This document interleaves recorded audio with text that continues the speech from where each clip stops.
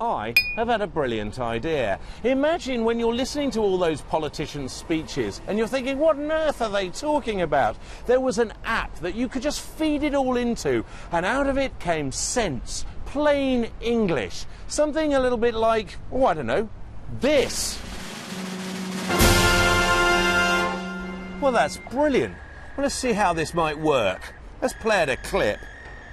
Let us learn from the mistakes that got Britain into this mess. Let us vow never again. This time we're going to run a surplus. This time we are going to fix the roof when the sun shines. So the Chancellor's saying that he wants to be spending less than he's bringing in terms of taxes after about 2020. That's not something that governments have achieved very often in the past, and when they have, only for a year or two at a time. It's a very tough thing to achieve for a prolonged period, not least because the pressures on chancellors to spend the money they've got are so big. That's amazing. I'll play another one. The deficit down by a third.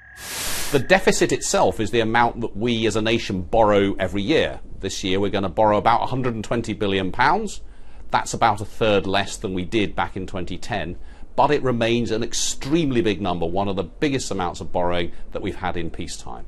So that's Labour's I don't even have to worry, they're talking to each other now. We know it's not over until we fix the addiction to debt that got this country into this mess in the first place. In terms of what he, the Chancellor, will be borrowing, what he's trying to say, I think, is that when the economy's doing well, he won't be borrowing in the way that the last government was. He's also hinting that he wants the whole of the household sector, everyone, you and me, to stop borrowing as well, so that we are living within our means. Well, that's clever, but does it work for members of the opposition?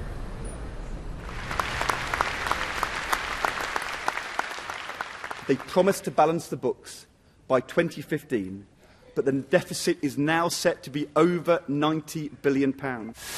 It's true the Chancellor did want to have the books largely balanced by 2015, and it's also true that they're going to end up a long way away from that. 90 billion is roughly where we'll be. That's a very big deficit indeed.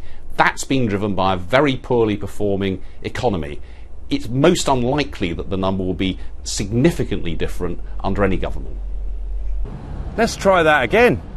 We will set out tough fiscal rules to balance the current budget and to get the national debt on a downward path. Well, that's the Shadow Chancellor saying something not very different to what the Chancellor might have said. Getting the debt on a downward path is something that you would hope to achieve as the economy starts to go. The unanswered question is how quickly, because you can have it on a downward path and still be at very high levels 5 years down the road. Amazing. I could make a fortune out of this if I hadn't just made it up.